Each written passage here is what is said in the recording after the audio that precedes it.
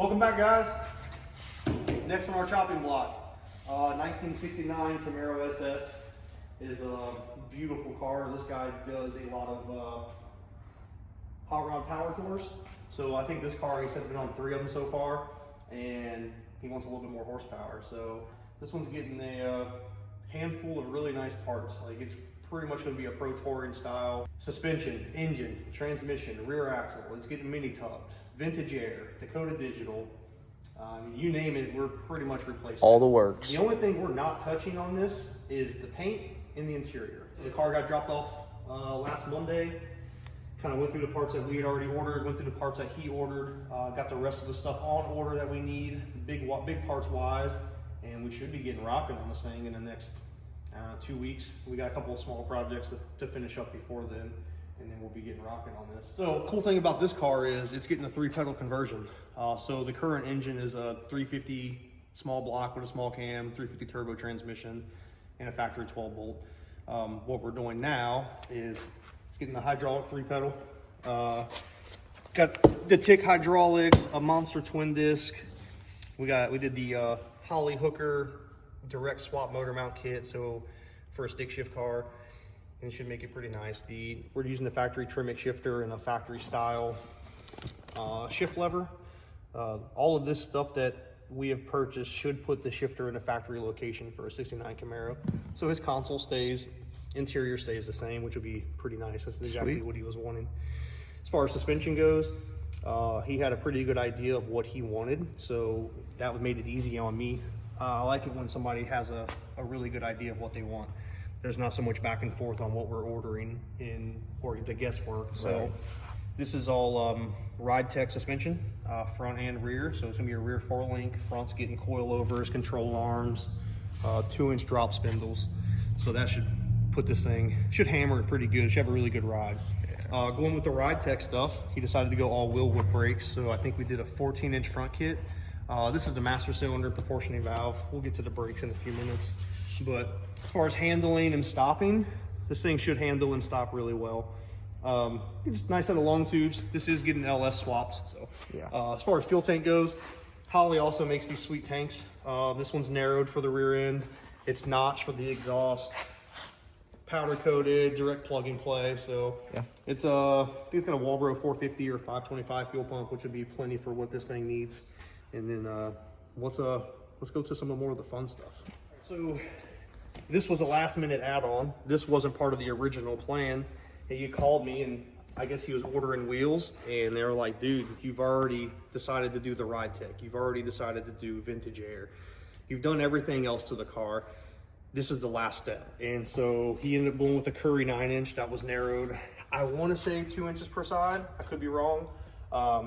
So he asked for some opinions on this. We went with a 390 gear.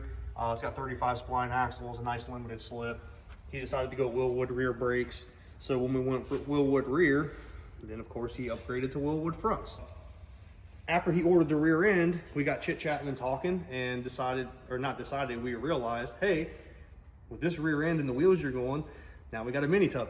So you can see how this is just snowballing. Yep. So looked up mini tubs, and it looks like Detroit Speed makes the best product for them. So we got some Detroit Speed mini tubs, and these are really nice. They're stamped. They're made to bolt right in.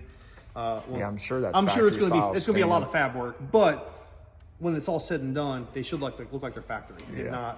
If I'm not mistaken, I think that's factory. Should be factory stamping. They're just wider. Yeah, just a little bit wider. So. And so I would love if they made these for every car. Like, we've had to do some cars where we got to do like the older style, square style mini tubs. And not that I'm against them. These just look a whole lot better. The problem is they only make these for certain cars. Yeah. So you get Mustangs. I think you have Chevelles, Camaros. Typical run-of-the-mill, like hot rod stuff. Yeah, your typical muscle car stuff. Like, if you get into the stuff like the Caprices that we've done in the past, nobody makes a mini tub for those. Those are more of your square kit. Yeah. Transmission-wise, we said it was going to have 3 pedals, and he went with a pretty good one. Yeah. So he decided to go T56 Magnum XL. So he had already had this from something else. So brand new in the box. You know, one of the good ones. So this will be a 6-speed car. All the research that I've done, sorry, didn't mean to close it on you. All the research I've done, this shifter with this placement, it should put it right in the factory spot. That's why we bought the handle. It's supposed to put it exactly where it needs to go. I bought a QuickTime bell housing, so this will bolt LS to T56, and I mean, should be pretty easy on that one. And then as far as the engine, we kind of saved the best for last. So One of them. I was told this was just an LS3, and when you drop it off, it's a little bit more than that. So this is a Blueprint LS3 plug-and-play engine combination that comes with this weird thing under it called a Magnuson 2650. One of them things. So it's got one of those weird 2650 blower things. Comes with a Holley Terminator X Max, already tuned, ready to go, and it's supposed to be a plug-and-play deal. It's pretty wild. I'd never seen one of these in person before, and the more I got looking at it, I realized that it's a Blueprint iron LS block. It's got Blueprint aftermarket heads. It's all their crate engines. It's factory rear cover style, and these things are, I think it's rated for like 700 horsepower, 650 foot-pounds or something along those lines, and has a, from what I've heard, a 3-year, no questions asked warranty. If something happens, they fix it. Oh, don't forget about this poor truck. Looks like it's doing a wheelie sitting still right now. So after our radial testing, which was a whole bad deal in itself for me, I was hungry, I was aggravated. It just didn't go well. The last pass, let go of the clutch. It spun, it nosed over, and started running funny. We got back to the trailer, it was still missing real bad. I think we put plugs in it. It didn't help anything. Loaded it in the trailer and called it a day. We came back that Saturday, threw it up on the lift. It sounded like it had knocked the bearings out of it or broke a rod. It was pretty violent sounding. We cut the filter open, filter was cool, pulled the valve cover, it ended up dropping a valve. So broke a rocker arm tip. It had BTR shaft mount rockers on it and had their new revised rockers, and it broke a tip off. No rhyme, no reason. I was pretty upset about it because everything was pretty much brand new at this point. I mean, it had, I don't know, we'll say 1,000 miles and 30 passes on it, which the rocker arm shouldn't have broke, is what it comes down to. Yeah. As of current, the engine is completely tore apart. A kind of a blessing in disguise. Luckily, when the valve dropped, it didn't hurt anything. But I figured while I was in there to go ahead and check the bearings. I think I might have thrown, oh, here they are. So while checking the bearings, we basically realized that a good portion of them were pretty chewed up. So not what I was expecting to see, but I'm kind of glad that I tore it apart before we left for sick week, because I have a feeling that some of these mains might not have made it. I know it's backwards, but you kind of get the gist. So there's that. So crank is at the machine shop getting polished. Cylinder head is still here, broken. BTR, I reached out to them because I bought the cylinder heads. It's got their ultimate springs. It was their shaft mounts, and it was 100% a part failure. Not really on their end, but the rocker arm broke in a spot that it should not have. Anyways, I'm in works with them. We're trying to get this taken care of and fixed. So I'm waiting to hear back on what my next step should be. Today, we are getting ready to drill for 1/2-inch head studs. So after I busted my second head gasket, I thought for sure this was the problem, and so I bought Tick's head gasket or head stud kit, and just never did it. Well, now that the engine's completely apart, no better time to do this than now. All right, let's see.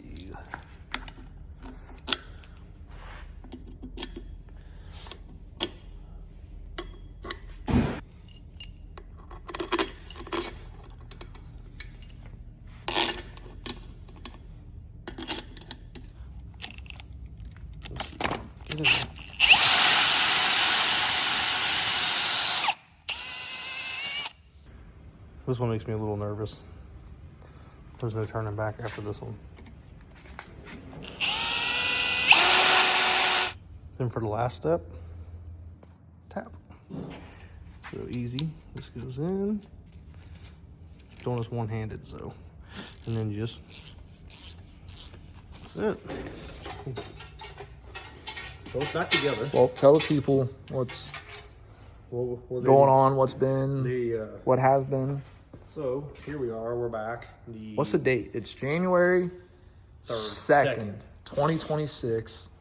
This engine's been apart since November 15th, when we dropped the valve. It's kind of been we'll call it a shit show. I was offered to have it fixed. Not really important by who. I'm sure some of you guys know, but I was offered to have it fixed. They said they would take care of it all, fix everything, yada, yada, yada. I offered to pay for it. They said no.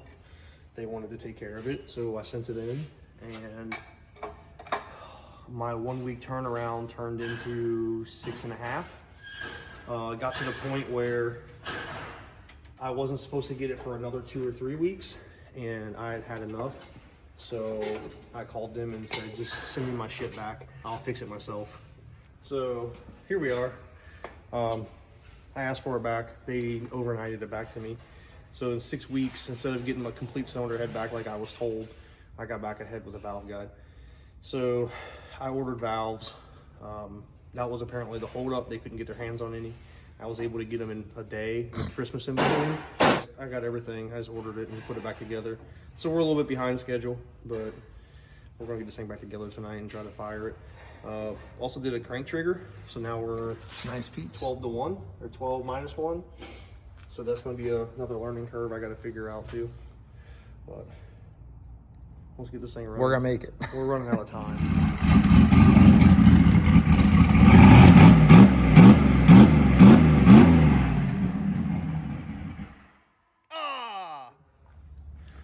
Let it warm up, burp the cooling system. Next thing you know, we have coolant leaking from the cylinder head. It looked like it was coming from between the head and the block, and like it was dripping pretty steady once it pressurized. And so we immediately went worst case scenario. What did I mess up when I did the 1/2 inch head studs? And we were ready to call it a day. I got looking around some, and what happened was, I don't know if I must have hit it when putting the engine back together or putting it in. So new sensor, we're gonna thread it in and get rid of the coolant leak. But other than that, pretty successful. Got a runner. All right, with 6 week around the corner, I'm just trying to finish up some of the little stuff now. Engine's back together, it runs.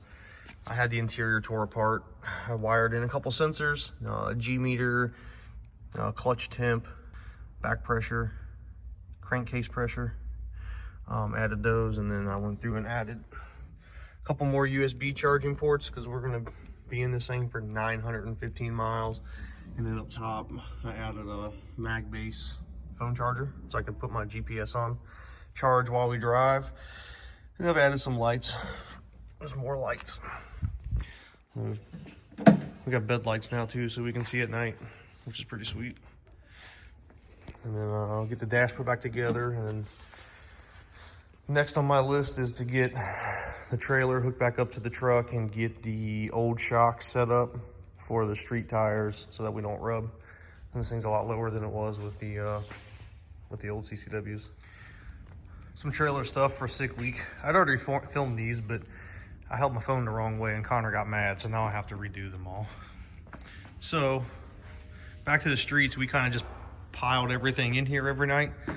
And this time I decided, let's do a little, I'm gonna zoom out, little organization. So one other thing I wanted to do was add lights. So bought this Milwaukee M12 or M18 to 12 volt. So batteries go in, gives us voltage. We have inside lights so we can see. As far as some organization, Milwaukee pack out, battery holder, and then we have chassis hardware, rocker arms, more chassis hardware, lug nuts, lug balls, spark plugs, chargers for the scooters, lug nuts so I can swap my race wheels to street wheels, air fittings. I'll probably fill those two up. 2 5-gallon fuel jugs. Probably throw another one in here. and then the Milwaukee pack out stuff. Bottom will be power tools, and the top two will be all my hand tools that we need for the truck. And then still have a couple things to load up. A whole tote. Taking 2 sets of head gaskets. Hopefully that I don't need them. That's why we're taking them. This tote is P-pads, oil change, silicone, brake clean, basically my fluids. And then, damn it, this one's all parts. Extra plug wires, some wiring supply, extra line lock, more P-pads, extra clutch disc, water pump, coils, fuel pump, heat exchanger pump, a couple of rear mains, exhaust manifold gaskets, valve stems. What else is there in here? I don't know. JB Weld Marine, just in case. And then I brought extra brake pads. I don't know. I'd rather have them and not need them than need them and not have them. And then next on the agenda, truck's pretty much finished up. Test fit the street shocks and coilovers so that we can put the trailer on and it doesn't rub with the street wheels. New carbon shaft is in. Just put the engine diaper back on. So that's done. What else was there? Trailer stuff. Look, I still have plenty of room for sponsorship opportunities. Reach out to me. Spare tire. So I'm gonna mount this spare tire. Instead of being in the trailer, it's gonna go under the trailer. So I made this quick plate up. It's gonna bolt. And then I will weld it in front of the axle. I forgot to show we have outside lights too. Inside, outside. So that should help out when we're at night, maybe. I don't know. It's pretty cool. And then the last, I'm working on the trailer brake. So I have to wire that up. I'll get that done tomorrow morning. And then we don't have any good days where it's nice out. Oh, more good news. Connor will post a picture right here, maybe. Got my NHRA license back. We are good. That's all we needed. That's all we were waiting for.